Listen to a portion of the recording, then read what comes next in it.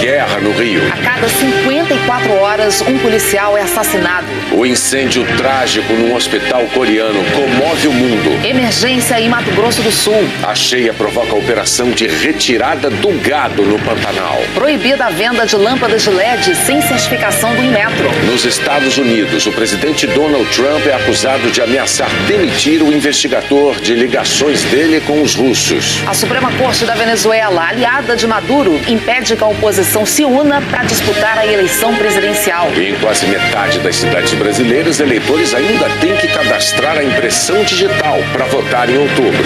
O Brasil termina 2017 com 21 mil vagas de trabalho formal a menos. E a necessidade de rapidez para conseguir emprego desperta interesse por cursos técnicos. O Jornal Nacional está começando.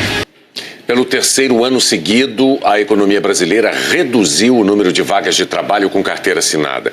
E, mais uma vez, a construção civil foi o setor que mais demitiu.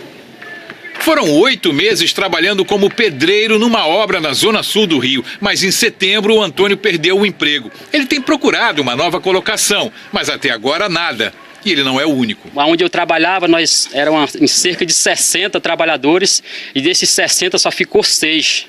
54 foi mandado embora junto comigo. De 2014 para cá, 200 mil vagas formais de pedreiro foram fechadas no Brasil. Muitos desses trabalhadores mudaram de profissão e de atividade, mas muitos continuaram assim, trabalhando com os amigos no mercado informal, fazendo bico. E se antes eles tinham salários fixos, mensais, agora vivem com as diárias que recebem. Tem semana que trabalha 3 dias, tem semana que já não trabalha nenhum dia, e a gente vai levando o barco. Pelo menos está entrando alguma coisa, né? Algum dinheirinho está entrando, né? Para a família, né? A construção civil foi o setor que mais perdeu vagas com carteira assinada ano passado, mais de 100 mil. Para onde a gente olha, tem um monte de obras paradas. Uma delas é a da casa do Antônio, que ele começou a construir quando estava empregado. Esse setor depende muito da retomada dos investimentos, que são dependentes, por sua vez, da retomada da economia. Portanto, o setor da construção civil, seja aquele voltado à infraestrutura, quanto aquele voltado à habitação, depende bastante de uma consolidação da recuperação econômica. Do outro lado, o comércio foi o que mais criou vagas, mas o saldo acumulado no ano acabou ficando negativo. Foram 20 mil postos de trabalho a menos no Brasil em 2017, principalmente por causa de dezembro, mês em que normalmente há fechamento de vagas. É o terceiro ano seguido de queda, mas apesar de ruim, o número mostra uma melhora do mercado de trabalho. 2016 e 2015 foram os piores da história do CAGED, o Cadastro Geral de Empregados e Desempregados. 2.800.000 vagas fechadas nos 2 anos. O setor de comércio e serviços recuperou apenas 10% dos empregos perdidos nos 2 anos anteriores, ou seja, o caminho ainda é muito longo para uma recuperação do mercado de trabalho. A tendência é que a gente continue nessa melhoria de mercado de trabalho em 2018, ainda não com resultados muito robustos, mas certamente a gente deve ver resultados melhores em 2018 que em 2017. O Antônio não vê a hora disso acontecer. A maior esperança é essa, de voltar a ter o meu emprego próprio e com a minha carteira assinada e poder dar para minhas filhas o que eu dava antes, que agora eu não estou podendo dar. E para quem está procurando o primeiro emprego ou uma qualificação, os cursos técnicos podem ser um atalho. Em São Paulo, a maioria dos alunos sai do curso com vaga garantida. Vestir o jaleco branco é um orgulho para Fernanda. Depois de um semestre de aulas, ela já tem estágio garantido e passou num concurso público graças ao curso técnico que está fazendo. Entrar não foi fácil. O curso que eu escolhi, que é enfermagem, ele é bem concorrido. Atualmente é mais ou menos 30 candidatos por vaga. Para chegar lá, muita gente trocou parte das férias pelas aulas de cursinho e as provas para as escolas técnicas. Eu vou fazer um integrado, que é o de manhã o ensino médio e de tarde é o curso que eu escolhi, que no caso foi administração. Eu estudo de manhã normal, numa escola pública, e de tarde e de noite eu vou pro curso. A chance de ter logo uma profissão e um ensino de qualidade tem atraído muitos alunos de escolas particulares. Se você passar neste vestibulinho, você tem muito mais vantagem para entrar no mercado de trabalho. Para muitos, o trabalho técnico pode até ajudar a bancar a faculdade depois. É uma experiência de vida também. para poder ir para a faculdade um pouquinho melhor. Mas esse entusiasmo poderia contagiar muito mais gente. Das 54 milhões de pessoas que poderiam cursar o técnico de nível médio no Brasil, só pouco mais de 2 milhões seguiram esse caminho. Dá menos de 4% no último levantamento do IBGE. Quando você vai para a Europa, você encontra os países entre Portugal, Espanha, Alemanha, numa faixa que vai de 30% a 50%. Ou seja, nós estamos numa situação desconfortável do ponto de vista estatístico, né?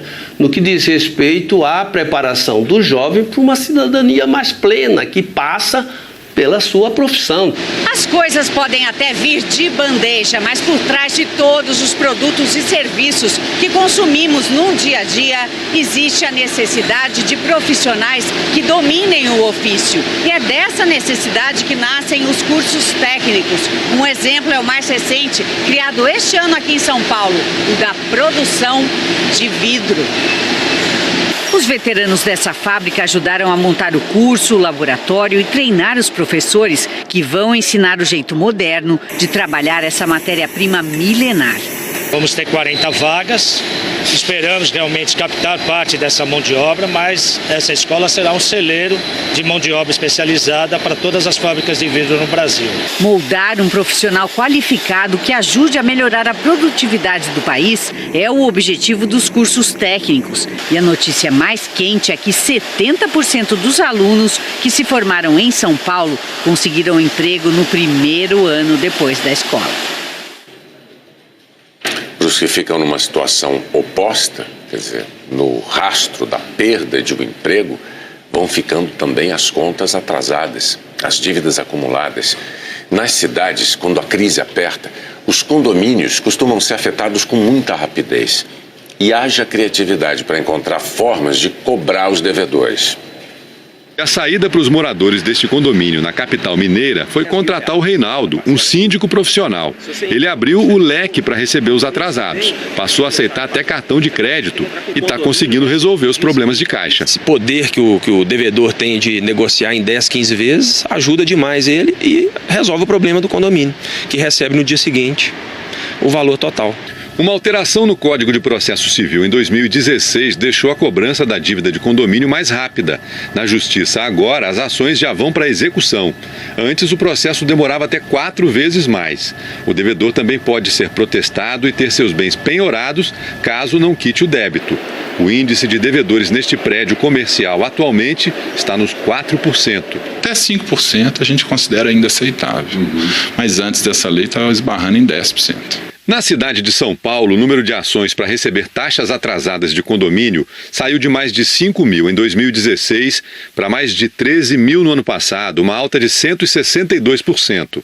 Uma pesquisa feita pelo SPC mostrou que 8,1% dos brasileiros com nome sujo são devedores de taxa de condomínio. Se um condomínio não paga, automaticamente aquela cota dele é rateada aos demais que estão em dia. E assim sucessivamente pode virar uma bola de neve e causar até um problema financeiro grave no condomínio. O síndico desse conjunto em Belo Horizonte adotou uma outra estratégia para diminuir a inadimplência. De tempos em tempos, ele espalha nos corredores uma lista com agradecimento aos condôminos que estão em dia. A cada nova edição, chove de gente querendo negociar. Elas vêm aqui e falam assim, olha, eu quero... Por que meu nome não está na lista? Não está na lista porque está devendo. Então, aí resolve pagar. A medida chegou a ser questionada na Justiça sob a alegação de que produziu danos morais a um condômino inadimplente. Mas o juiz deu o ganho de causa ao condomínio.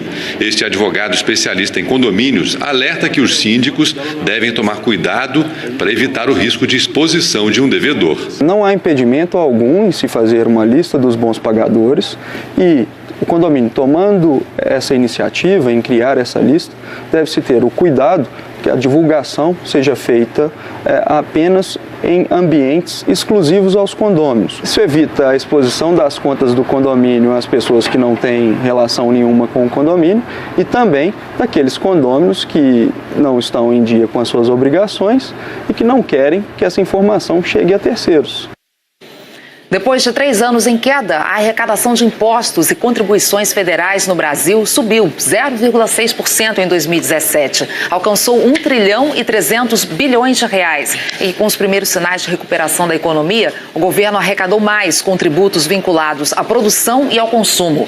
Além disso, entrou dinheiro do programa de parcelamento de dívidas de empresas e cidadãos e os impostos dos combustíveis aumentaram. Uma das principais fontes de arrecadação do governo federal é o imposto de renda da pessoa física. E há mais de 2 décadas, a tabela dele não acompanha a inflação. Não é só uma sensação. Percebo que tem aumentado. O imposto de renda, cada ano vem subindo.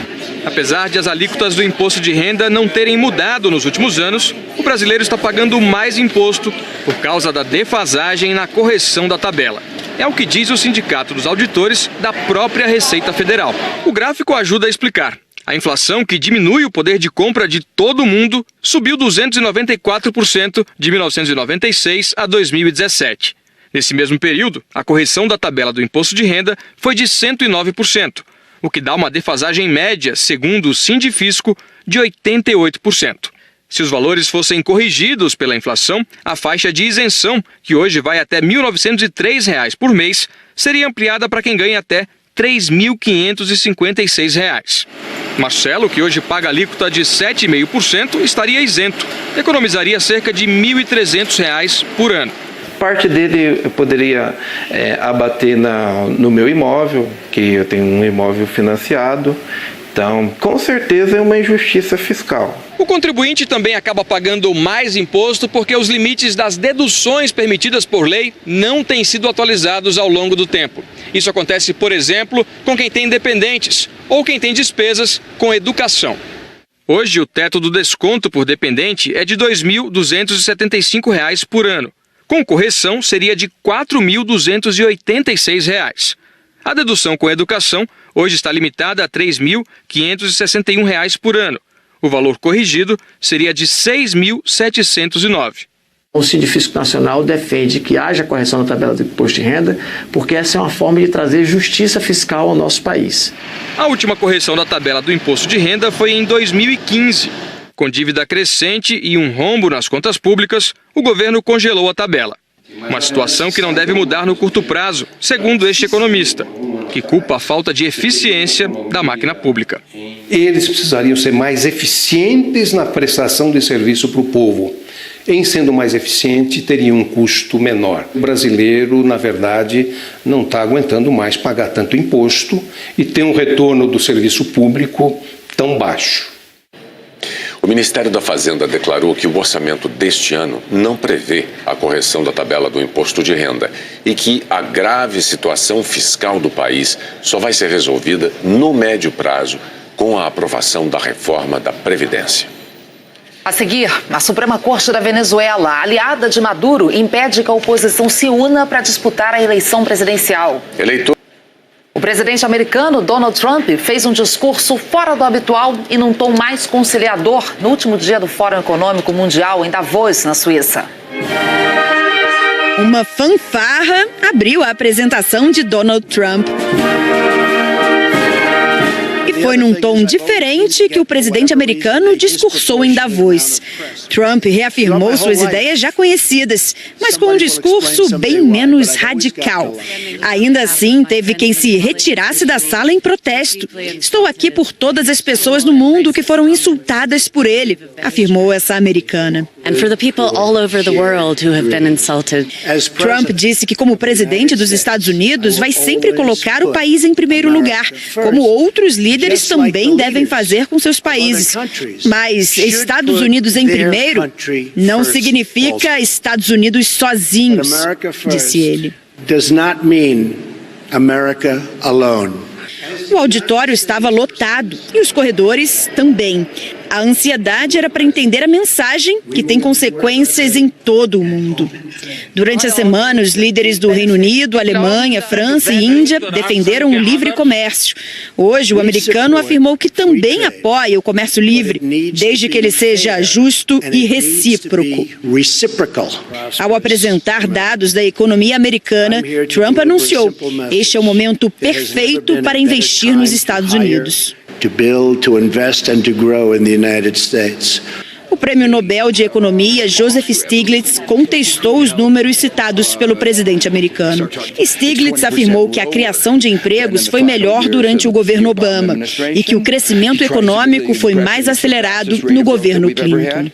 No discurso, Trump pode até ter sido mais conciliatório com políticos e empresários presentes. Já com jornalistas, Trump afirmou que só depois que se tornou político é que percebeu como, na opinião dele, a imprensa pode ser má, perversa, suja e mentirosa.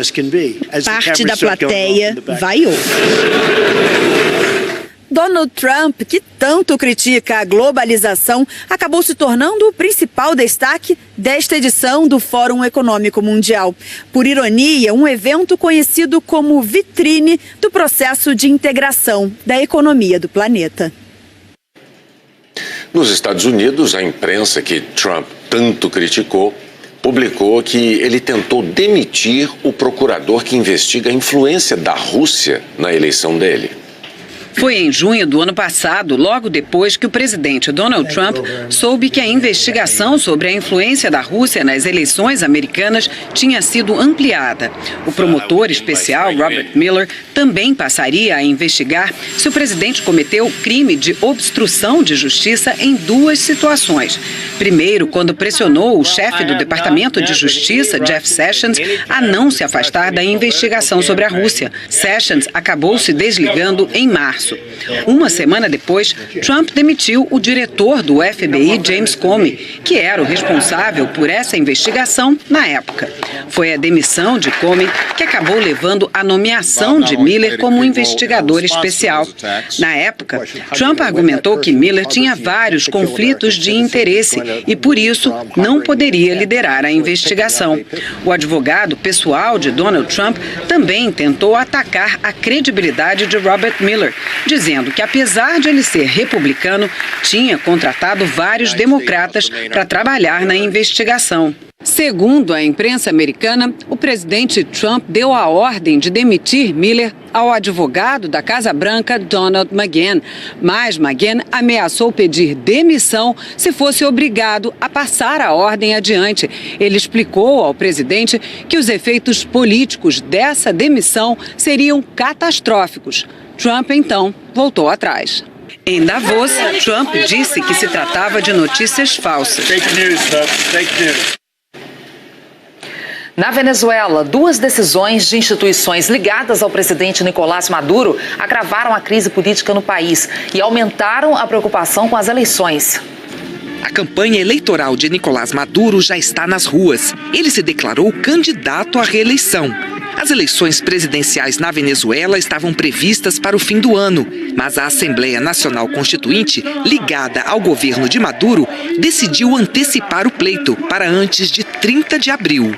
Ao longo da semana, a comunidade internacional condenou o anúncio. Os Estados Unidos chamaram de ilegítima a convocação da Assembleia Nacional Constituinte.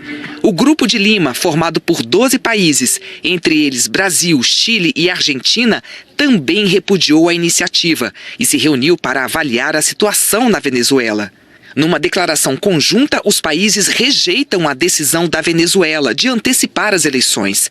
Afirmam que a decisão torna impossível a realização de eleições democráticas, transparentes e confiáveis. Exigem que as eleições sejam convocadas com antecipação adequada e com a participação de observadores internacionais independentes e condenam os atos de violência. Hoje, a Espanha expulsou o embaixador venezuelano do país, uma medida de reciprocidade depois que Maduro também expulsou o embaixador espanhol como retaliação às sanções impostas pela União Europeia à Venezuela.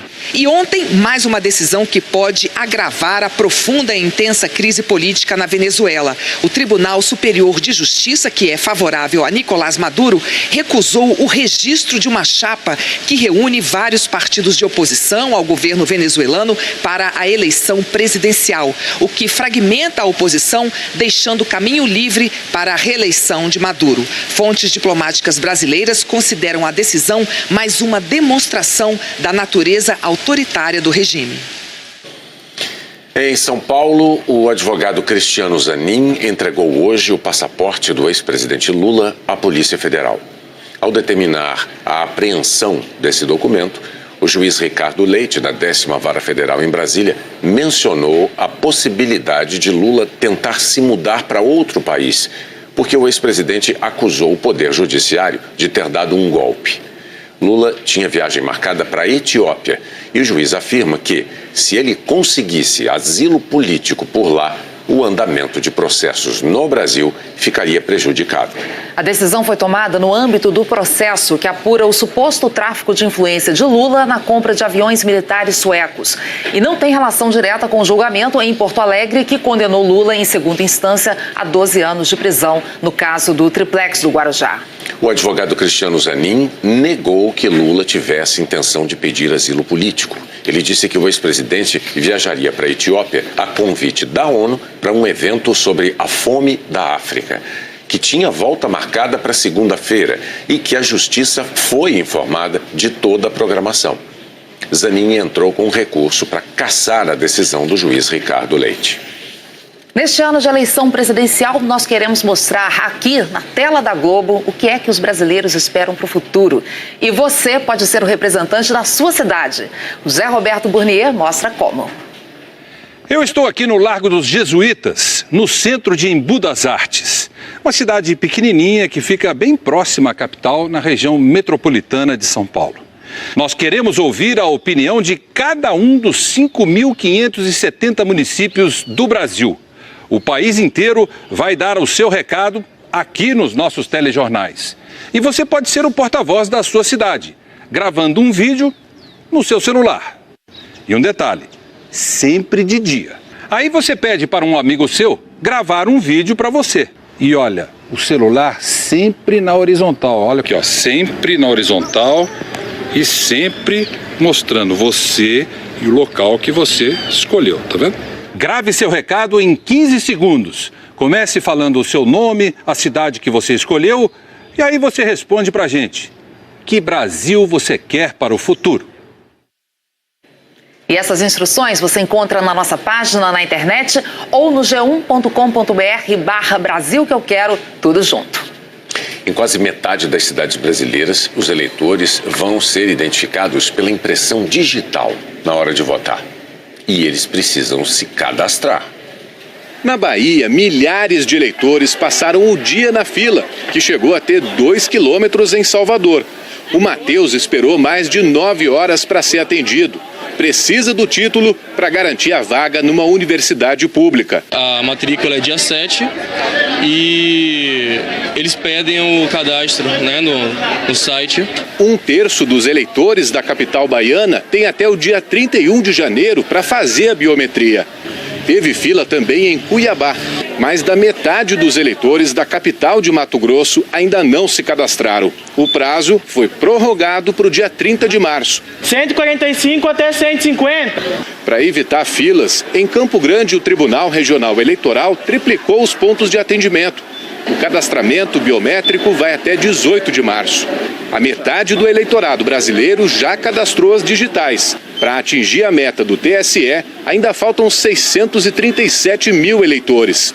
A Justiça Eleitoral acredita que a biometria vai evitar as fraudes. Considerando que não há duas digitais iguais no mundo, se consegue verificar, quando há coincidências, que esses dois registros se tratam da mesma pessoa. Na hora de votar, a impressão digital vai ser exigida em 2.700 cidades. A biometria já foi concluída e será obrigatória no Distrito Federal e em mais 7 estados.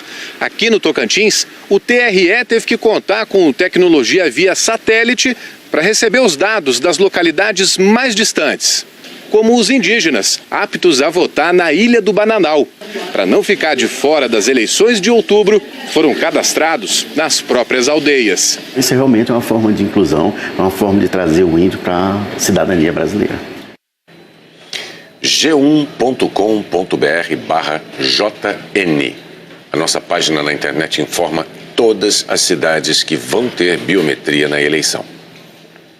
E a seguir, um incêndio trágico no hospital coreano comove o mundo. Um policial é morto a cada 50. As lâmpadas de LED à venda no Brasil inteiro agora precisam ter o certificado do Inmetro. A regra que valia para os grandes varejistas foi estendida agora para todo o comércio.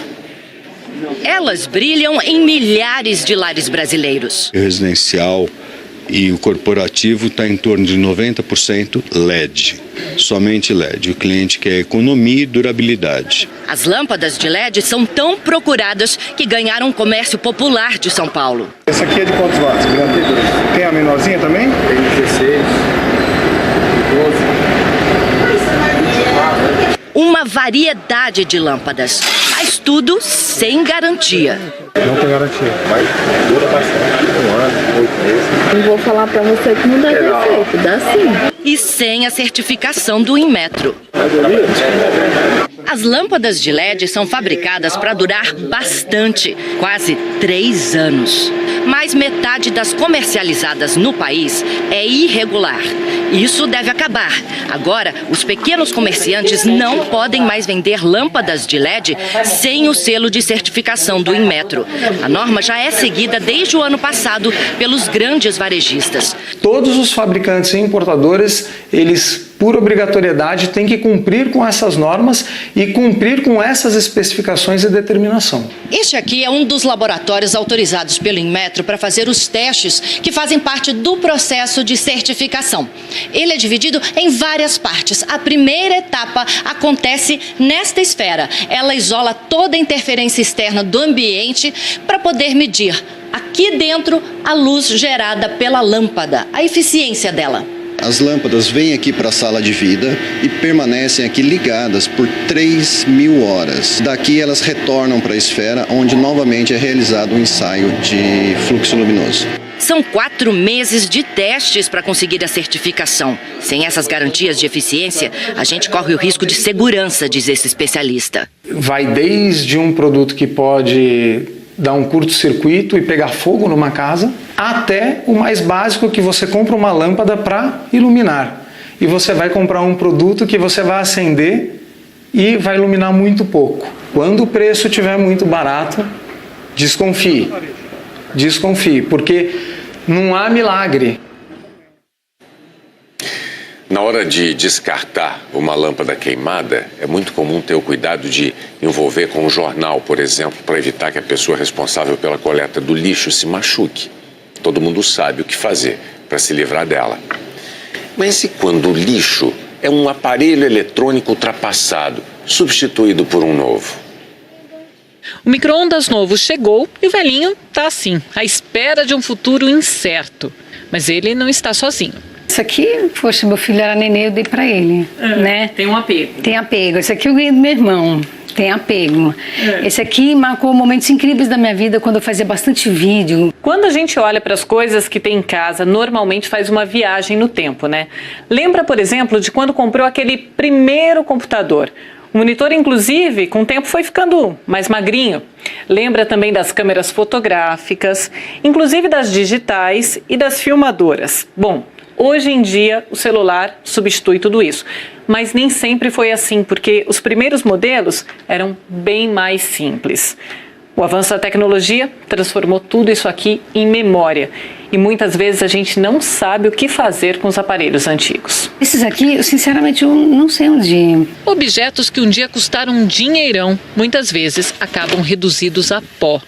Uma pesquisa mostra que em 2016 o Brasil gerou quase 1.500.000 toneladas de lixo eletrônico, 36% do total produzido na América Latina.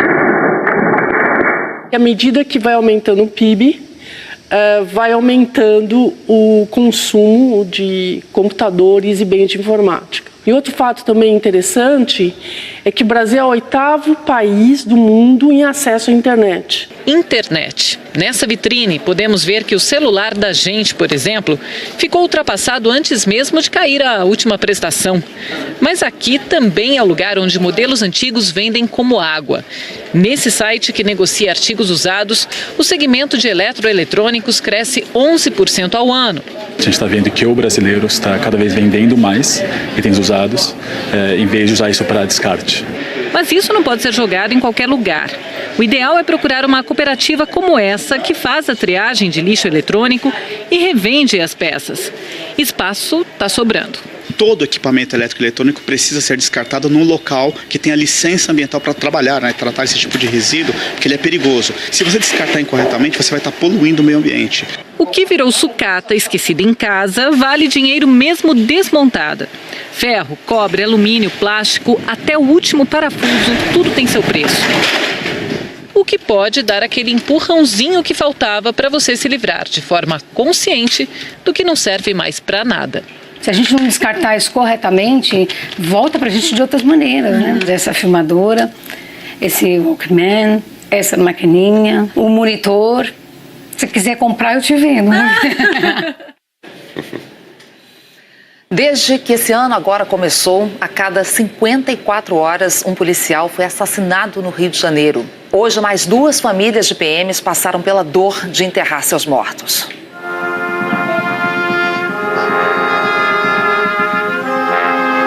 Foi um dia de tristeza dupla. No mesmo cemitério, 2 policiais militares assassinados no Rio. Colegas fardados, parentes e amigos compartilharam a mesma dor. Em capelas próximas, o sargento Flávio dos Santos da Cunha e o soldado Tiago Chaves da Silva. Flávio tinha 41 anos e era casado. O sargento foi baleado no último domingo durante patrulhamento em Barros Filho, na Zona Norte. Ficou internado em estado grave e morreu ontem. Um cara trabalhador, um cara que estava executando o seu trabalho, um herói, o meu herói, assim. Mais um PM morto. Está muito errado. O enterro seguiu acompanhado por um grupo inconformado. Primeiro, o ritual de tiros. Depois, o toque do clarinete.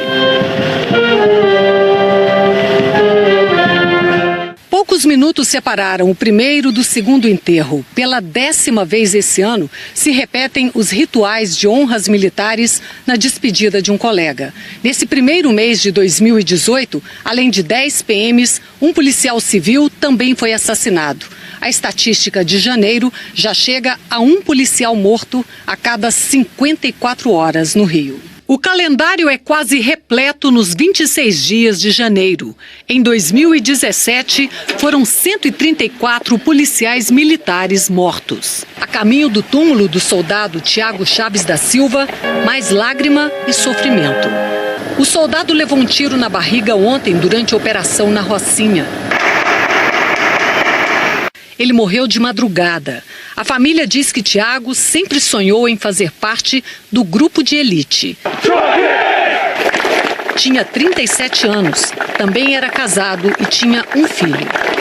O número de marginais da lei parece que cresce diariamente, de forma absurda, e a polícia tem meios finitos.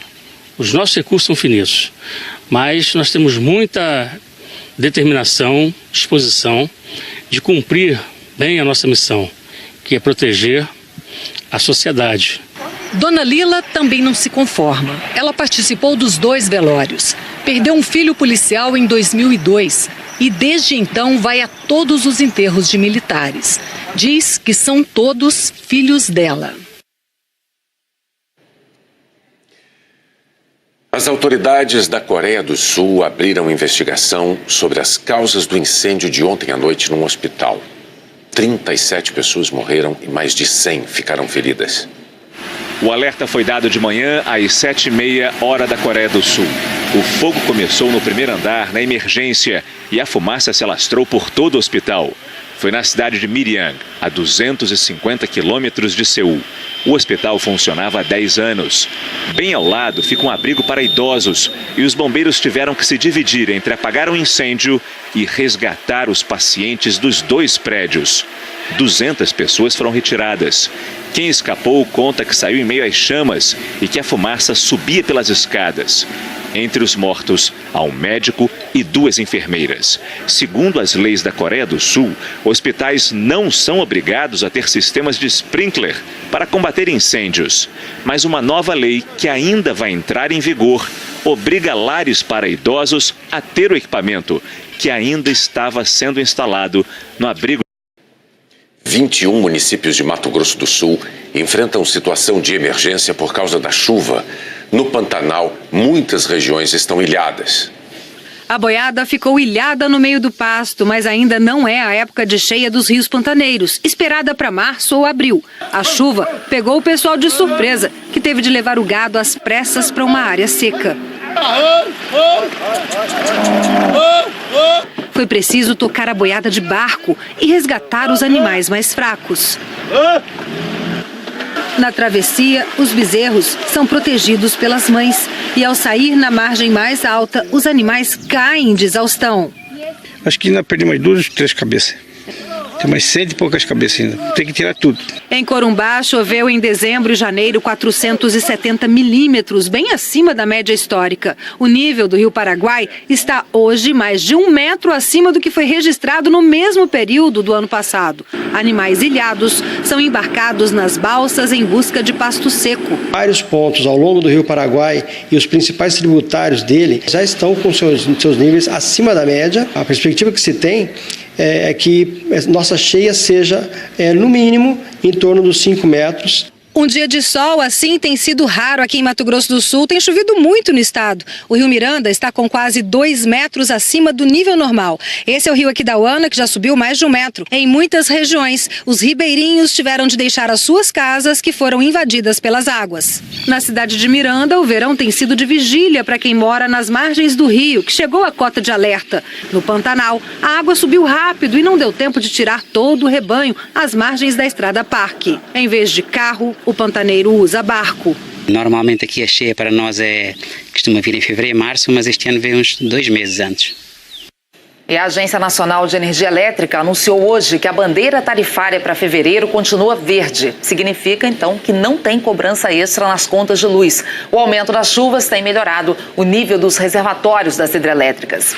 E a chuva é o nosso assunto principal na previsão do tempo, então vamos conversar com Eliana Marques. Eliana, boa noite. Eu estava assistindo o JN ontem e vi que você bem que avisou, né, que ia chover a beça no litoral de São Paulo. Realmente foi muita chuva. Foi sim, Ana Paula, boa noite para você, para o Bonner e para todos. Olha, choveu bastante, principalmente ali entre a Baixada Santista e o litoral norte de São Paulo. Bertioga, Ilhabela, Guarujá foram as cidades mais chuvosas e em Santos teve alagamento e deslizamento de terra. Em Monteiro Lobato, na Serra da Mantiqueira, um rio transbordou, 120 pessoas tiveram que sair de casa, mas já conseguiram voltar. Hoje a temperatura também caiu, aqui em São Paulo, em Curitiba, em Florianópolis e no Rio de Janeiro.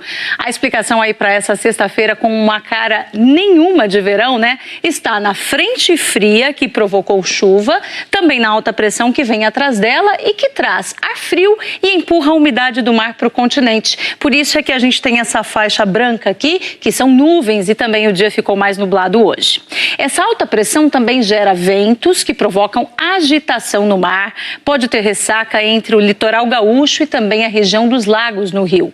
Em Curitiba, amanhece com uns 15 graus, friozinho para essa época, tem previsão de garoa. Em Florianópolis também, depois pode ter algumas aberturas de sol, mas não chove. E a máxima fica na casa dos 25 graus. Já em Porto Alegre, que vai ter sol desde cedo, esquenta bem mais. E aqui em São Paulo, também no Rio de Janeiro, o sábado ainda tem possibilidade de chuva, Ana Paula, nos 3 períodos do dia. Tá dado o aviso. E nas outras regiões, Eliana, como é que vai ser o sábado?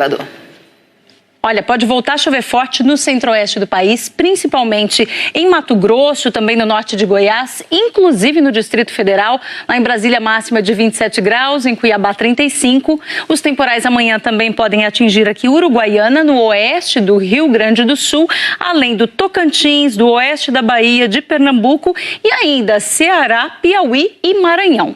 Natal, João Pessoa e Recife já vão ter um sábado de muito sol e também calor. Boa Vista, a mesma coisa. Agora, Manaus e Belém podem ter chuva a qualquer hora e pode ser uma chuva forte. E aí a gente fala do finzinho de janeiro que vai terminar assim, olha, com bastante chuva entre Pará, Amazonas, Acre, Rondônia, também entre Mato Grosso e Goiás e devem ser dias chuvosos também na região de Belo Horizonte, Ana Paula. Tá certo. Obrigada, Eliana. Bom fim de semana. Boa noite. Até amanhã. O Jornal Nacional de hoje termina aqui. O Jornal da Globo, depois de Máquina Mortífera. Uma boa noite para você. Boa noite, bom fim de semana. A boiada ficou ilhada no meio do pasto, mas ainda não é a época de cheia dos rios pantaneiros, esperada para março ou abril. A chuva pegou o pessoal de surpresa, que teve de levar o gado às pressas para uma área seca. Foi preciso tocar a boiada de barco e resgatar os animais mais fracos. Na travessia, os bezerros são protegidos pelas mães e, ao sair na margem mais alta, os animais caem de exaustão. Acho que ainda perdi mais 2 ou 3 cabeças. Tem mais 100 e poucas cabeças ainda. Tem que tirar tudo. Em Corumbá, choveu em dezembro e janeiro 470 milímetros, bem acima da média histórica. O nível do Rio Paraguai está hoje mais de 1 metro acima do que foi registrado no mesmo período do ano passado. Animais ilhados são embarcados nas balsas em busca de pasto seco. Vários pontos ao longo do Rio Paraguai e os principais tributários dele já estão com seus níveis acima da média. A perspectiva que se tem é que nossa cheia seja, no mínimo, em torno dos 5 metros. Um dia de sol assim tem sido raro aqui em Mato Grosso do Sul. Tem chovido muito no estado. O Rio Miranda está com quase 2 metros acima do nível normal. Esse é o rio Aquidauana, que já subiu mais de 1 metro. Em muitas regiões, os ribeirinhos tiveram de deixar as suas casas, que foram invadidas pelas águas. Na cidade de Miranda, o verão tem sido de vigília para quem mora nas margens do rio, que chegou à cota de alerta. No Pantanal, a água subiu rápido e não deu tempo de tirar todo o rebanho às margens da Estrada Parque. Em vez de carro, o pantaneiro usa barco. Normalmente aqui a cheia para nós costuma vir em fevereiro, março, mas este ano veio uns 2 meses antes. E a Agência Nacional de Energia Elétrica anunciou hoje que a bandeira tarifária para fevereiro continua verde. Significa, então, que não tem cobrança extra nas contas de luz. O aumento das chuvas tem melhorado o nível dos reservatórios das hidrelétricas.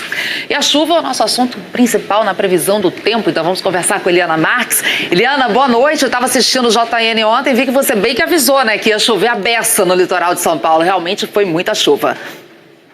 Foi sim, Ana Paula, boa noite para você, para o Bonner e para todos. Olha, choveu bastante, principalmente ali entre a Baixada Santista e o litoral norte de São Paulo. Bertioga, Ilhabela, Guarujá foram as cidades mais chuvosas e em Santos teve alagamento e deslizamento de terra. Em Monteiro Lobato, na Serra da Mantiqueira, um rio transbordou, 120 pessoas tiveram que sair de casa, mas já conseguiram voltar. Hoje a temperatura também caiu, aqui em São Paulo, em Curitiba, em Florianópolis e no Rio de Janeiro. A explicação aí para essa sexta-feira com uma cara nenhuma de verão, né? Está na frente fria que provocou chuva, também na alta pressão que vem atrás dela e que traz ar frio e empurra a umidade do mar Para evitar filas, em Campo Grande o Tribunal Regional Eleitoral triplicou os pontos de atendimento. O cadastramento biométrico vai até 18 de março. A metade do eleitorado brasileiro já cadastrou as digitais. Para atingir a meta do TSE, ainda faltam 637 mil eleitores. A Justiça Eleitoral acredita que a biometria vai evitar as fraudes. Considerando que não há 2 digitais iguais no mundo, se consegue verificar, quando há coincidências, que esses 2 registros se tratam da mesma pessoa. Na hora de votar, a impressão digital vai ser exigida em 2.700 cidades. A biometria já foi concluída e será obrigatória no Distrito Federal e em mais 7 estados. Aqui no Tocantins, o TRE teve que contar com tecnologia via satélite para receber os dados das localidades mais distantes, como os indígenas, aptos a votar na Ilha do Bananal. Para não ficar de fora das eleições de outubro, foram cadastrados nas próprias aldeias. Isso realmente é uma forma de inclusão, é uma forma de trazer o índio para a cidadania brasileira. g1.com.br/JN.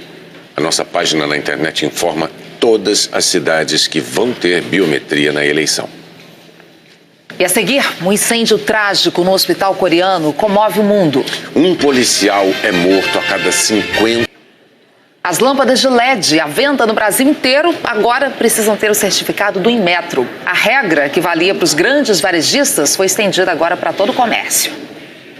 Elas brilham em milhares de lares brasileiros. O residencial e o corporativo está em torno de 90% LED, somente LED. O cliente quer economia e durabilidade. As lâmpadas de LED são tão procuradas que ganharam um comércio popular de São Paulo. Essa aqui é de quantos watts? Tem a menorzinha também? Tem 16, 12, Uma variedade de lâmpadas, mas tudo sem garantia. Não tem garantia, mas dura bastante, 1 ano, 8 meses. Não vou falar pra você que não dá defeito, dá sim. E sem a certificação do Inmetro. As lâmpadas de LED são fabricadas para durar bastante, quase 3 anos. Mas metade das comercializadas no país é irregular.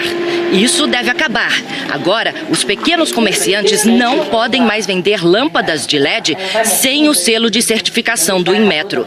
A norma já é seguida desde o ano passado pelos grandes varejistas. Todos os fabricantes e importadores, eles, por obrigatoriedade, têm que cumprir com essas normas e cumprir com essas especificações e determinação. Este aqui é um dos laboratórios autorizados pelo Inmetro para fazer os testes que fazem parte do processo. Os efeitos políticos dessa demissão seriam catastróficos. Trump, então, voltou atrás. Em Davos, Trump disse que se tratava de notícias falsas. Fake news, Trump. Fake news. Na Venezuela, 2 decisões de instituições ligadas ao presidente Nicolás Maduro agravaram a crise política no país e aumentaram a preocupação com as eleições. A campanha eleitoral de Nicolás Maduro já está nas ruas. Ele se declarou candidato à reeleição. As eleições presidenciais na Venezuela estavam previstas para o fim do ano, mas a Assembleia Nacional Constituinte, ligada ao governo de Maduro, decidiu antecipar o pleito para antes de 30 de abril. Ao longo da semana, a comunidade internacional condenou o anúncio. Os Estados Unidos chamaram de ilegítima a convocação da Assembleia Nacional Constituinte. O Grupo de Lima, formado por 12 países, entre eles Brasil, Chile e Argentina, também repudiou a iniciativa e se reuniu para avaliar a situação na Venezuela. Numa declaração conjunta, os países rejeitam a decisão da Venezuela de antecipar as eleições. Afirmam que a decisão torna impossível a realização de eleições democráticas, transparentes e confiáveis. Exigem que as eleições sejam convocadas com antecipação adequada e com a participação de observadores internacionais independentes e condenam os atos de violência. Hoje, a Espanha expulsou o embaixador venezuelano do país, uma medida de reciprocidade depois que Maduro também expulsou o embaixador espanhol como retaliação às sanções impostas pela União Europeia à Venezuela.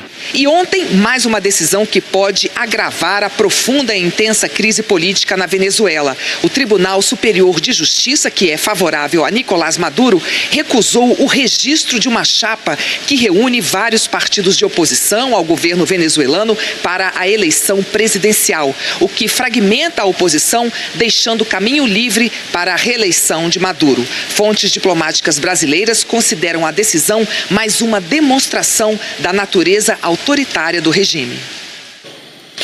Em São Paulo, o advogado Cristiano Zanin entregou hoje o passaporte do ex-presidente Lula à Polícia Federal. Ao determinar a apreensão desse documento, o juiz Ricardo Leite, da 10ª Vara Federal em Brasília, mencionou a possibilidade de Lula tentar se mudar para outro país, porque o ex-presidente acusou o Poder Judiciário de ter dado um golpe. Lula tinha viagem marcada para a Etiópia e o juiz afirma que, se ele conseguisse asilo político por lá, o andamento de processos no Brasil ficaria prejudicado. A decisão foi tomada no âmbito do processo que apura o suposto tráfico de influência de Lula na... Portanto, o setor da construção civil, seja aquele voltado à infraestrutura, quanto aquele voltado à habitação, depende bastante de uma consolidação da recuperação econômica. Do outro lado, o comércio foi o que mais criou vagas, mas o saldo acumulado no ano acabou ficando negativo. Foram 20 mil postos de trabalho a menos no Brasil em 2017, principalmente por causa de dezembro, mês em que normalmente há fechamento de vagas. É o 3º ano seguido de queda, mas apesar de ruim, o número mostra uma melhora do mercado de trabalho. 2016 e 2015 foram os piores da história do CAGED, o Cadastro Geral de Empregados e Desempregados. 2.800.000 vagas fechadas nos 2 anos. O setor de comércio e serviços recuperou apenas 10% dos empregos perdidos nos 2 anos anteriores, ou seja, o caminho ainda é muito longo para uma recuperação do mercado de trabalho. A tendência é que a gente continue nessa melhoria de mercado de trabalho em 2018, ainda não com resultados muito robustos, mas certamente a gente deve ver resultados melhores em 2018 que em 2017. O Antônio não vê a hora disso acontecer. A maior esperança é essa, de voltar a ter o meu emprego próprio e com a minha carteira assinada e poder dar para minhas filhas o que eu dava antes, que agora eu não estou podendo dar. E para quem está procurando o primeiro emprego ou uma qualificação, os cursos técnicos podem ser um atalho. Em São Paulo, a maioria dos alunos sai do curso com vaga garantida. Vestir o jaleco branco é um orgulho para Fernanda. Depois de um semestre de aulas, ela já tem estágio garantido e passou num concurso público graças ao curso técnico que está fazendo. Entrar não foi fácil.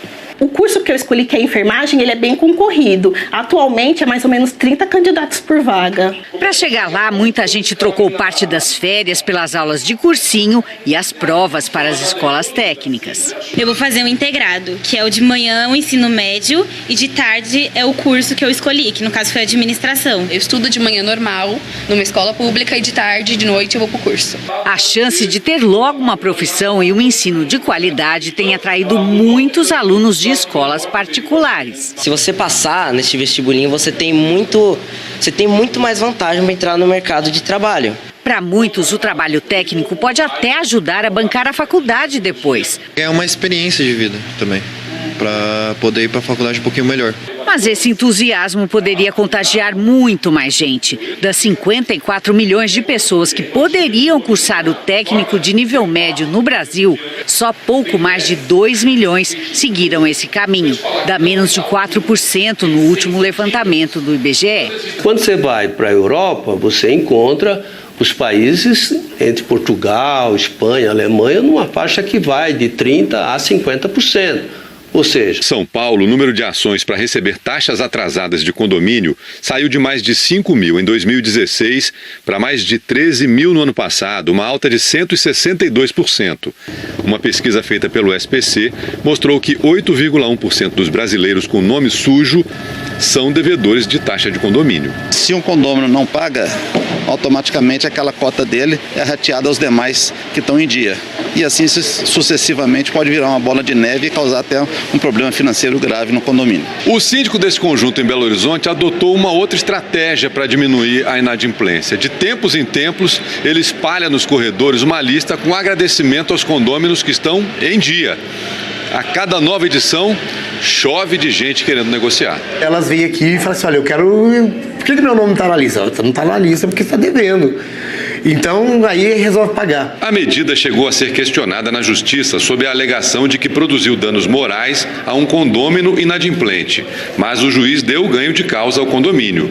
Este advogado especialista em condomínios alerta que os síndicos devem tomar cuidado para evitar o risco de exposição de um devedor. Não há impedimento algum em se fazer uma lista dos bons pagadores e o condomínio, tomando essa iniciativa em criar essa lista, deve-se ter o cuidado que a divulgação seja feita apenas em ambientes exclusivos aos condôminos. Isso evita a exposição das contas do condomínio às pessoas que não têm relação nenhuma com o condomínio e também daqueles condôminos que não estão em dia com as suas obrigações e que não querem que essa informação chegue a terceiros.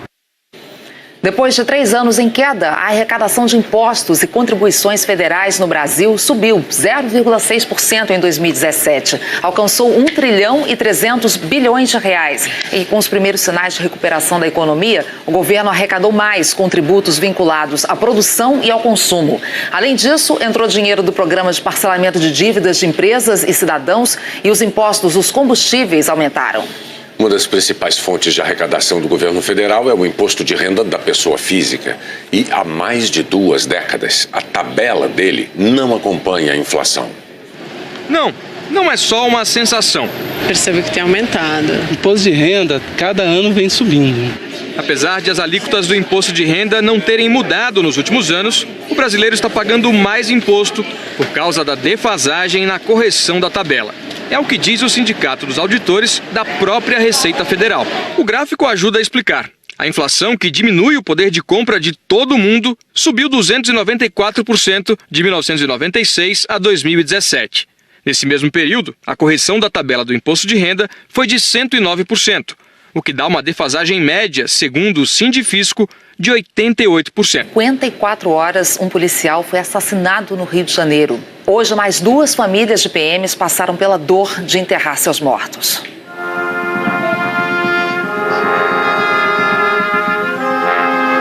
Foi um dia de tristeza dupla. No mesmo cemitério, 2 policiais militares assassinados no Rio.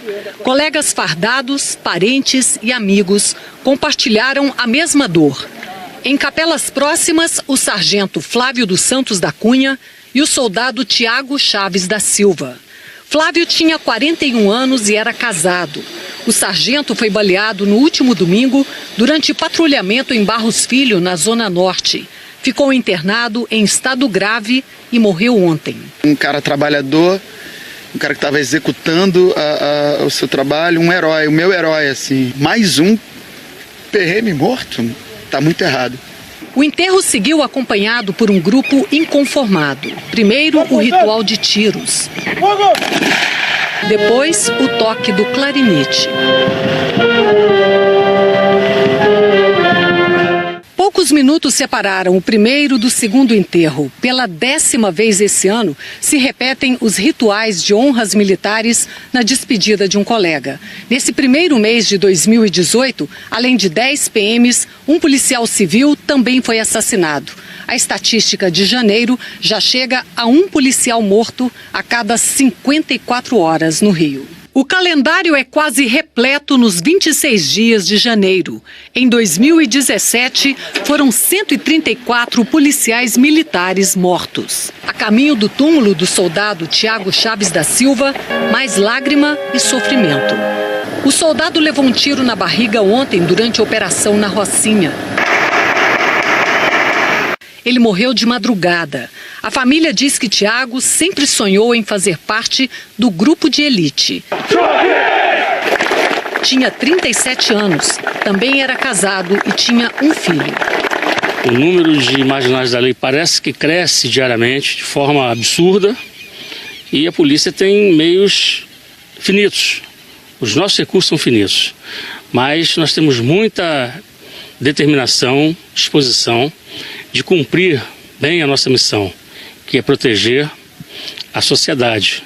Dona Lila também não se conforma. Ela participou dos 2 velórios. Perdeu um filho policial em 2002 e desde então vai a todos os enterros de militares. Diz que são todos filhos dela. As autoridades da Coreia do Sul abriram investigação sobre as causas do incêndio de ontem à noite num hospital. 37 pessoas. Esse poder que o devedor tem de negociar em 10, 15 vezes ajuda demais ele e resolve o problema do condomínio, que recebe no dia seguinte o valor total. Uma alteração no Código de Processo Civil em 2016 deixou a cobrança da dívida de condomínio mais rápida. Na Justiça, agora, as ações já vão para a execução.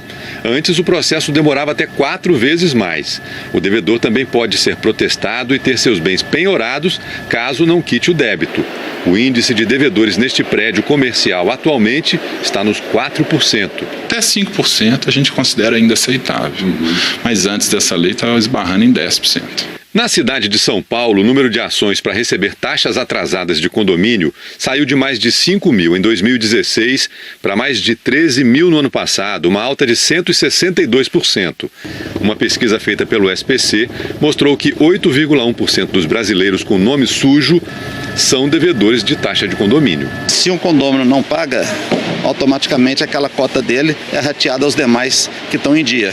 E assim sucessivamente pode virar uma bola de neve e causar até um problema financeiro grave no condomínio. O síndico desse conjunto em Belo Horizonte adotou uma outra estratégia para diminuir a inadimplência. De tempos em tempos, ele espalha nos corredores uma lista com agradecimento aos condôminos que estão em dia.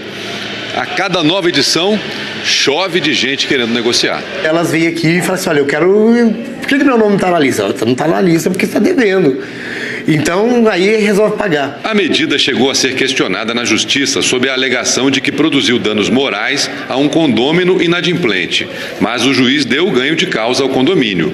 Este advogado especialista em condomínios alerta que os síndicos devem tomar cuidado para evitar o risco de exposição de um devedor. Não há impedimento algum em se fazer uma lista dos bons pagadores e o condomínio, tomando essa iniciativa em criar essa lista, deve-se ter o cuidado que a divulgação seja feita apenas em ambientes exclusivos aos condôminos. Isso evita a exposição das contas do condomínio às pessoas que não têm relação nenhuma com o condomínio e também daqueles condôminos que não estão em dia com as suas obrigações e que não querem que essa informação chegue a terceiros. Depois de 3 anos em queda, a arrecadação de impostos e contribuições federais no Brasil subiu 0,6% em 2017. Alcançou 1 trilhão e 300 bilhões de reais. E com os primeiros sinais de recuperação da economia, o governo arrecadou mais com tributos vinculados à produção e ao consumo. Além disso, entrou dinheiro do programa de parcelamento de dívidas de empresas e cidadãos e os impostos dos combustíveis aumentaram. Uma das principais fontes de arrecadação do governo federal é o imposto de renda da pessoa física. E há mais de 2 décadas, a tabela dele não acompanha a inflação. Nas públicas, o governo congelou a tabela. Uma situação que não deve mudar no curto prazo, segundo este economista, que culpa a falta de eficiência da máquina pública. Eles precisariam ser mais eficientes na prestação de serviço para o povo.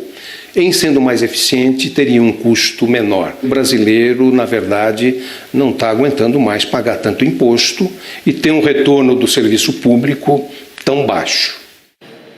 O Ministério da Fazenda declarou que o orçamento deste ano não prevê a correção da tabela do imposto de renda e que a grave situação fiscal do país só vai ser resolvida no médio prazo com a aprovação da reforma da Previdência.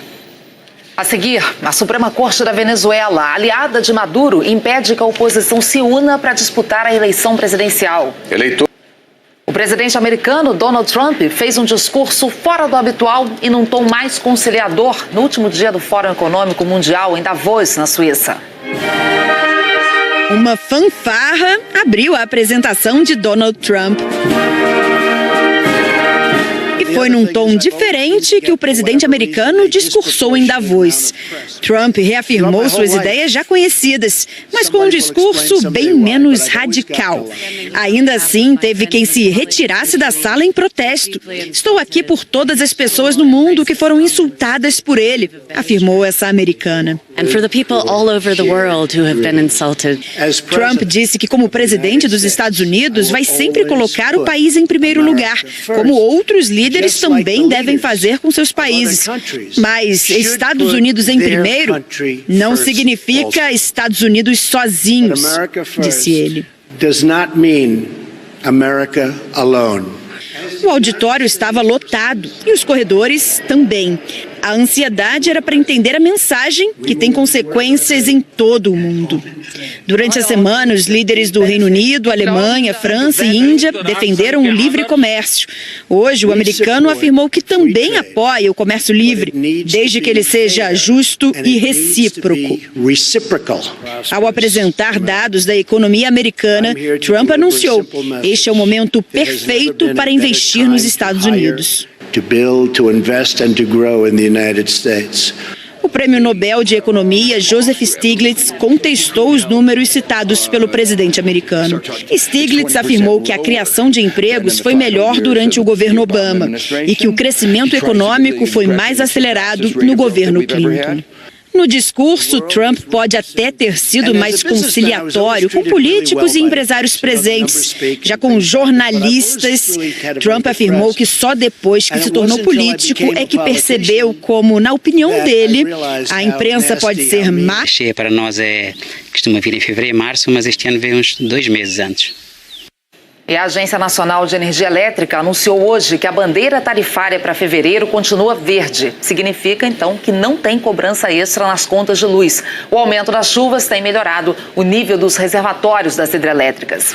E a chuva é o nosso assunto principal na previsão do tempo, então vamos conversar com Eliana Marques. Eliana, boa noite. Eu estava assistindo o JN ontem e vi que você bem que avisou, né, que ia chover a beça no litoral de São Paulo. Realmente foi muita chuva. Foi sim, Ana Paula, boa noite para você, para o Bonner e para todos. Olha, choveu bastante, principalmente ali entre a Baixada Santista e o litoral norte de São Paulo. Bertioga, Ilhabela, Guarujá foram as cidades mais chuvosas e em Santos teve alagamento e deslizamento de terra. Em Monteiro Lobato, na Serra da Mantiqueira, um rio transbordou, 120 pessoas tiveram que sair de casa, mas já conseguiram voltar. Hoje a temperatura também caiu, aqui em São Paulo, em Curitiba, em Florianópolis e no Rio de Janeiro. A explicação aí para essa sexta-feira com uma cara nenhuma de verão, né? Está na frente fria que provocou chuva, também na alta pressão que vem atrás dela e que traz ar frio e empurra a umidade do mar para o continente. Por isso é que a gente tem essa faixa branca aqui, que são nuvens, e também o dia ficou mais nublado hoje. Essa alta pressão também gera ventos que provocam agitação no mar, pode ter ressaca entre o litoral gaúcho e também a região dos lagos no Rio. Em Curitiba, amanhece com uns 15 graus, friozinho para essa época, tem previsão de garoa. Em Florianópolis também, depois pode ter algumas aberturas de sol, mas não chove. E a máxima fica na casa dos 25 graus. Já em Porto Alegre, que vai ter sol desde cedo, esquenta bem mais. E aqui em São Paulo, também no Rio de Janeiro, o sábado ainda tem possibilidade de chuva, Ana Paula, nos 3 períodos do dia. Tá dado o aviso. E nas outras regiões, Eliana, como é que vai ser o sábado? Olha, pode voltar a chover forte no centro-oeste do país, principalmente em Mato Grosso, também no norte de Goiás, inclusive no Distrito Federal. Lá em Brasília, máxima de 27 graus, em Cuiabá, 35. Os temporais amanhã também podem atingir aqui Uruguaiana, no oeste do Rio Grande do Sul, além do Tocantins, do oeste da Bahia, de Pernambuco e ainda Ceará, Piauí e Maranhão.